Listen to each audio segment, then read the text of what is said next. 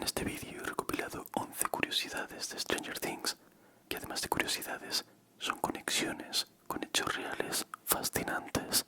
MK Ultra, el pánico satánico, los gulags, los desaparecidos de los 80, la teoría de universos paralelos y hasta los backrooms. Cada dato abre un tema distinto y vamos a usarlos como mapa para recorrer algunas de las historias más turbias, extrañas o directamente alucinantes del siglo XX. ¿Sabes que Stranger Things no iba a llamarse así? Y que su nombre original es una referencia a uno de los episodios más oscuros de la historia de Estados Unidos. Los hermanos Duffer iban a llamar a su serie Montauk porque está basada en una historia escalofriante. Existe un lugar real en Montauk, Nueva York, llamado Camp Hero, una base militar que nadie puede visitar y de la que no se sabe demasiado. Algunas teorías y rumores dicen que allí se realizaban experimentos con humanos para combatir a los soviéticos en la Guerra Fría. Control mental extremo, telepatía, intentos de viajar en el tiempo. Recibió el nombre de Proyecto Montauk y no está confirmado oficialmente. Es solo una teoría, conspirativa si quieres, pero está inspirada en algo completamente real. Entre 1953 y 1973, la CIA ejecutó un programa de experimentos encubiertos para estudiar cómo manipular la mente humana. El proyecto MK Ultra está bien documentado. Miles de páginas desclasificadas en 1975 detallan, entre otras cosas, el uso de drogas como LSD en personas sin su consentimiento, pruebas de privación sensorial, electroshock, hipnosis y técnicas de manipulación psicológica. Y hay algo muy llamativo. En 1973, ante las crecientes sospechas de que la CIA podría estar envuelta en proyectos bastante oscuros, su director de aquel entonces, Richard Helms, ordenó destruir todos los informes relativos a MK Ultra. Todo lo que sabemos hoy procede de unos 20.000 documentos que sobrevivieron por error, ocultos en un archivo administrativo del que olvidaron deshacerse.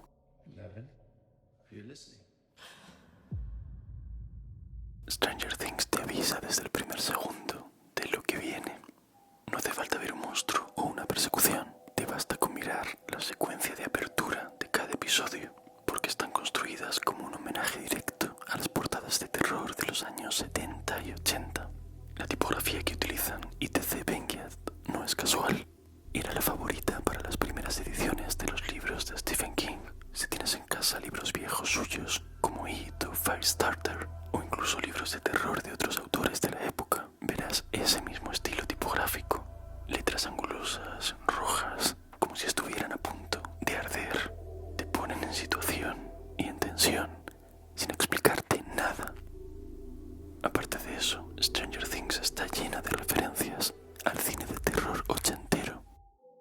Por ejemplo, en la primera temporada, cuando Will desaparece y Joyce trata de hablar con él, pero está oculto en otra dimensión de la casa, es casi clavado a lo que sucede en Poltergeist, el clásico de 1982, con el que yo casi me lo hago encima de pequeño. Otra referencia continua es John Carpenter, director de películas como La Niebla o Halloween, el monstruo invasor de cuerpos que aparece en La Cosa, mi película favorita de Carpenter. Es muy similar en esencia a la Azotamentes. Y por si fuera poco, en la temporada 4 el personaje de Victor Creel estaba interpretado nada menos que por Robert Englund, que en los 80 y 90 encarnó a todo un icono del terror que a muchos niños nos traumatizó en la época, Freddy Krueger. ¿Casualidad? No lo creo. La escena de Max levitando en la temporada 4, con todo su cuerpo retorciéndose bajo el control de Vecna, no es solo uno de los momentos más potentes de la serie. El cuerpo elevado, el control mental, el terror psicológico. A mí me recuerda mucho a un caso criminal real ocurrido en 1981 en Estados Unidos. Un caso tan extraño que todavía hoy se estudia en criminología y derecho penal. El de Arnie Cheyenne Johnson, conocido como el caso de El diablo me obligó a hacerlo. Los hechos son claros. En 1980, una familia en Connecticut pidió ayuda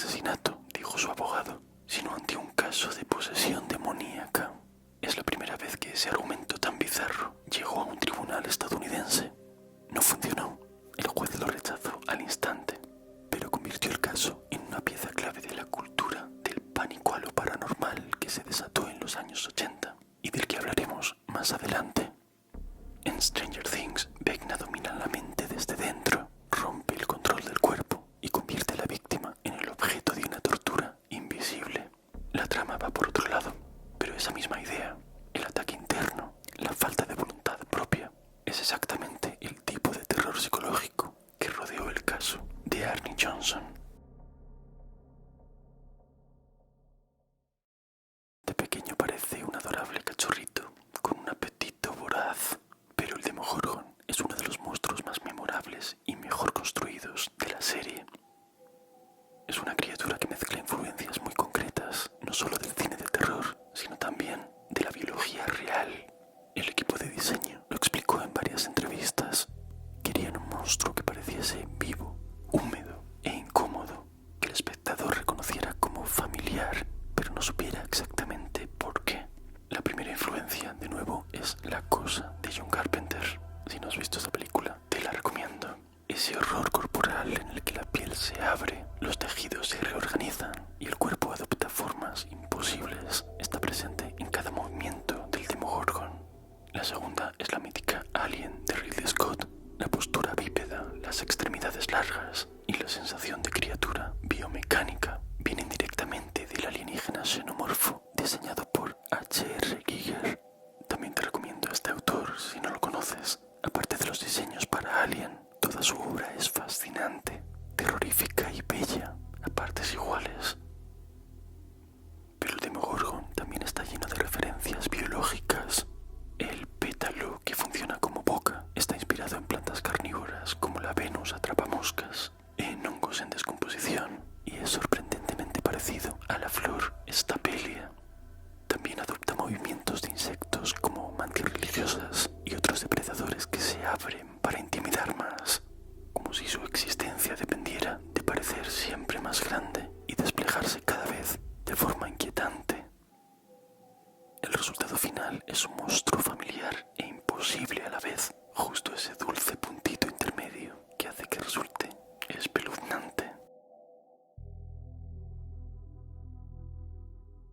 Eddie Munson es uno de los mejores personajes de Stranger Things y su trama en la temporada 4 es inolvidable, especialmente el final.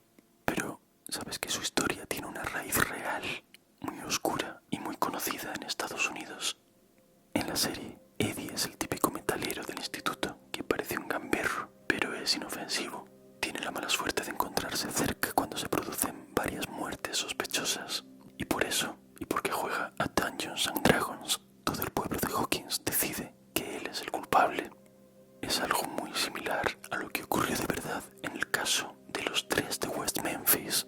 En 1993, 3 niños aparecieron asesinados en un bosque de Arkansas. No había pruebas sólidas, pero la policía señaló rápidamente a 3 adolescentes que vestían de negro, escuchaban metal y leían libros de ocultismo. Fueron condenados. Uno de ellos, Damian Eccles, acabó en el corredor de la muerte.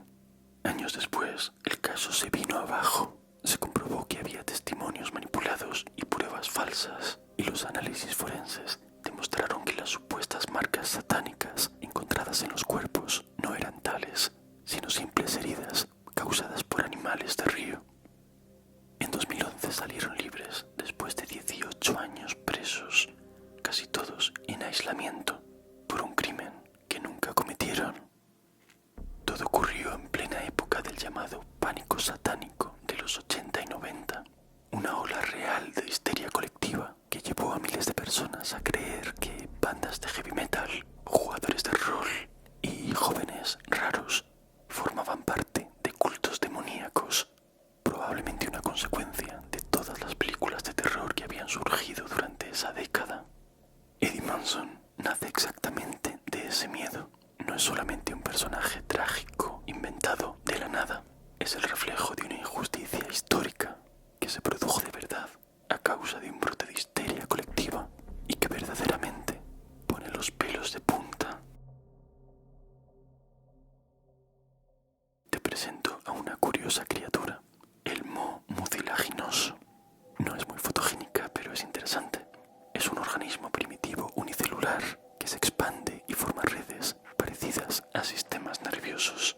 Puede que te parezca que no tiene nada que ver con Stranger Things, pero sí, se basaron en él para crear el Upside Down o mundo del revés, el mundo paralelo de Hawkins, que es un reflejo maligno de la existencia existencia real.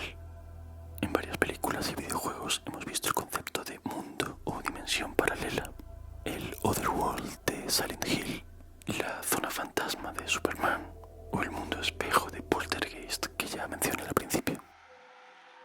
Estéticamente, el Upside Down recuerda mucho a algunos escenarios de Alien, Terminator o incluso Videodrome, otra película ochentera de David Cronenberg, donde los ambientes industriales se mezclaban con estructuras orgánicas y vivas, y hay una inspiración artística clara, la de Joshua Beksiński.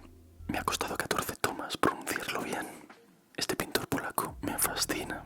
Sus cuadros son muy surrealistas e inquietantes y están llenos de arquitecturas imposibles, a veces hechas de carnes y de huesos, como sacadas de un sueño muy absurdo y muy aterrador, del que uno no puede despertar.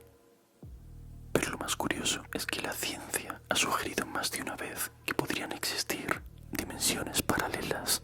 Según la teoría de Branas, nuestro universo de 3 dimensiones estaría incrustado dentro de muchas más dimensiones, separado de otros universos, pero pegado a estos. Nunca interactuaríamos con ellos, salvo por efectos gravitacionales minúsculos.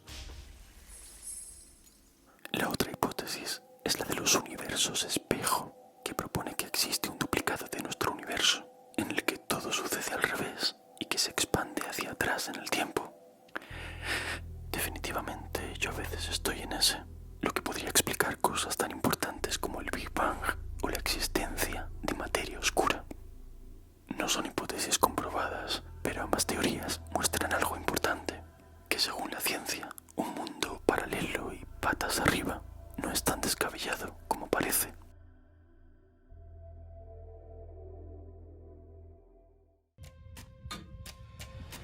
La Casa Krill es uno de los escenarios más inquietantes de Stranger Things.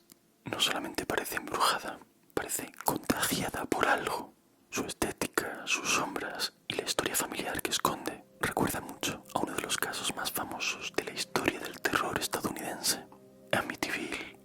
Y aunque la serie nunca lo confirma de forma oficial, el paralelismo es evidente. En la vida real, Amityville fue el escenario del crimen cometido por Ronald DeFeo Jr., que en 1974 asesinó a sus padres y a sus 4 hermanos mientras dormían. El caso se volvió mundialmente conocido por un motivo muy concreto. Los cuerpos fueron encontrados perfectamente ordenados, cada uno en su cama, boca abajo y sin señales de lucha. Parecían haber sido aniquilados de la nada por una causa paranormal que los paralizó de alguna manera. Además, los Lutz, la familia que llegó después, afirmaron experimentar fenómenos extraños dentro de la casa. Según ellos, veían figuras y oían voces hostiles que querían expulsarlos. Esa imagen, la de la familia entera atrapada en su propia casa, se convirtió en el icono de cientos de libros y películas posteriores. The Amityville Horror, Poltergeist, Expediente Warren, Insidious, Sinister o La Maldición de Hill House llevan impresa claramente la sombra de este caso real que conmocionó a todos. Stranger Things toma prestada esa sensación, una familia destruida desde dentro por una fuerza invisible. La historia de Victor Krill, encerrado en un psiquiátrico y considerado culpable de la muerte de su familia, recuerda totalmente al caso de Amityville. Lo curioso es que este caso fue el que creó el concepto de casa maldita que hoy todos tenemos en el imaginario colectivo desde entonces. Aunque el crimen real tuviera causas mucho más humanas, porque cuando la realidad duele, lo paranormal parece una explicación más fácil. La escena final de la temporada 4 es una de las más sobrecogedoras de todo Stranger Things. El grupo, en silencio, observa cómo el suelo de Hawkins se abre, brotan columnas de humo y el cielo se oscurece como si una plaga estuviera subiendo desde las entrañas mismas de la tierra. Parece algo totalmente de película, pero ¿y si te dijera que esto ha ocurrido varias veces en la vida real? O al menos algo parecido. A principios de los 70, en un barrio tranquilo del norte de Estados Unidos llamado Love Canal, el suelo comenzó a hincharse de repente. Nadie sabía por qué. Luego aparecieron charcos burbujeantes en los jardines. El aire empezó a llenarse de sustancias químicas niños se enfermaron y el gobierno, una y otra vez, ponía excusas y hacía oídos sordos hasta que ya no pudo esconderlo más. Entonces se supo la verdad.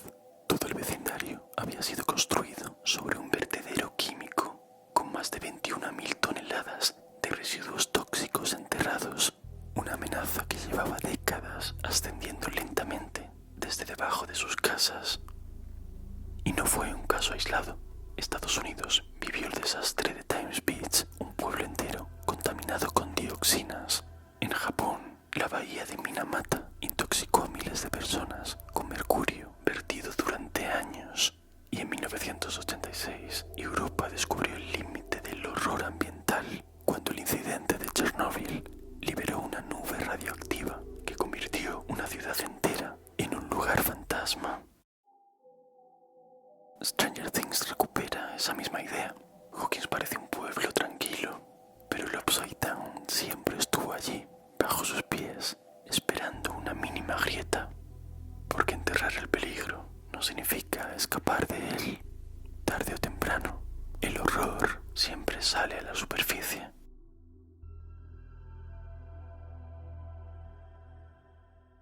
¿Alguna vez un edificio o un espacio te ha hecho sentir incómodo o incluso atemorizado? En Stranger Things hay varios ejemplos de arquitectura, digamos, desasosegante. Por ejemplo, el laboratorio de Hawkins podría ser perfectamente uno de los muchos laboratorios que la CIA utilizó para llevar a cabo sus experimentos sobre humanos en el proyecto MKUltra del que hablábamos antes. Curiosamente, el edificio real que aparece en la serie funcionó como hospital psiquiátrico durante varias décadas, lo que le añade una capa inquietante. Es un ejemplo perfecto de arquitectura brutalista, típica de los años 60 y 70. Hormigón desnudo, líneas rectas, pasillos interminables. Muchos edificios gubernamentales y bases militares de la época adoptaron esta estética porque era barata, resistente y fácil de vigilar. Pero también tiene un efecto psicológico muy claro. Te puedes sentir pequeño frente a esas enormes moles de hormigón, aislado, como atrapado en geometrías cuadriculadas, enormes y muy poco humanas. La sala infantil del laboratorio de Hawkins me recuerda mucho a la idea de espacios liminales o incluso de backrooms. Es aséptica e impersonal, colorida pero sin vida. Parece el recuerdo mental de una guardería en la que realmente nunca estuviste. Más que un lugar perturbador, es un auténtico no lugar. Esto es justamente el concepto de espacios liminales que se hizo viral en 2019 a raíz de esta imagen en concreto que apareció en el foro de 4chan. Se refiere a lugares vacíos o abandonados que parecen inquietantes, desolados y a menudo algo surrealistas. Aunque Stranger Things es anterior, varios de sus escenarios son espacios liminales de manual. Las instalaciones rusas bajo el centro comercial Starcourt están llenas de pasillos idénticos, una luz antinatural y paredes sin personalidad. Arriba, el propio centro comercial vacío parece un nivel más de las backrooms, inhóspito y enervante, incluso antes de que aparezca cualquier monstruo.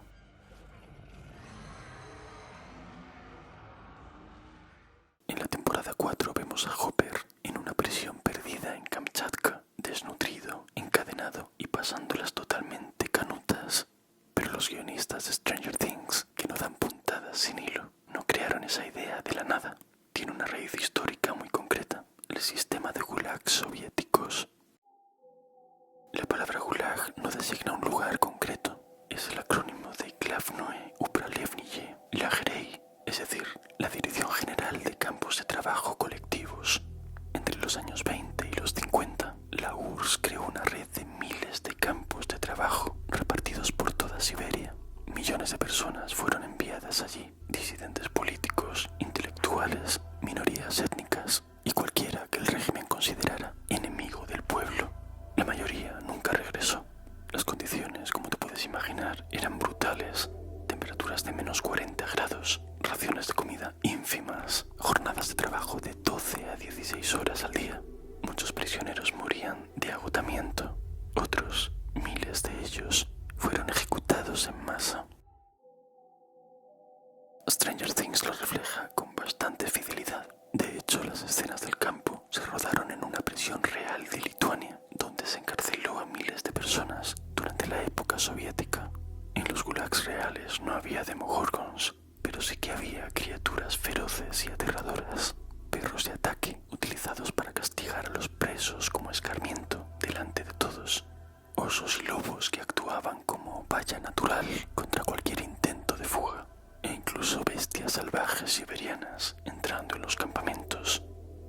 Por eso, cuando Hopper se planta delante del Demogorgon en Kamchatka, la escena funciona tan bien. No es solo fantasía, es la versión exagerada del terror real que muchos presos tuvieron que enfrentar durante décadas. De entre todos los guiños y referencias que tiene Stranger Things, hay uno especialmente perturbador y muy real para cualquier familia americana de la época. Cuando Will Byers desaparece en el primer episodio de la serie, todo el pueblo entra en pánico. Patrullas peinando el bosque, brigadas de vecinos y voluntarios, carteles de Missing, madre sin dormir. Todo esto, que hoy está en el imaginario de todos, realmente se originó en los 80, cuando Estados Unidos vivió una oleada de casos de desapariciones de niños que marcaron a toda una generación. Y no era solo paranoia, había nombres, rostros y verdaderas tragedias detrás. Uno de los casos más impactantes fue el de Ethan Paz, un niño de 6 años que desapareció en Nueva York en 1979. Su rostro fue uno de los primeros en aparecer en cartones de leche, lo que se convirtió en todo un símbolo de la época. Poco después llegó el caso de Adam Walsh, secuestrado y asesinado en 1981. Durante esa época, más de 1 millón de niños fueron reportados como desaparecidos cada año. La mayoría aparecía luego, pero el impacto mediático fue enorme. Décadas después, esa misma atmósfera inquietante se convertiría en la base del fenómeno Missing 411, desapariciones aparentemente inexplicables en parques nacionales de Estados Unidos que siguen alimentando la idea de que a veces un niño puede desvanecerse sin dejar rastro. La desaparición de Will es una prueba más de que Stranger Things no solamente es muy hábil y muy efectiva, bebiendo de muchas corrientes estéticas, sino, sobre todo, alimentándose de miedos colectivos que ya estaban ahí mucho antes de que apareciese el primer monstruo.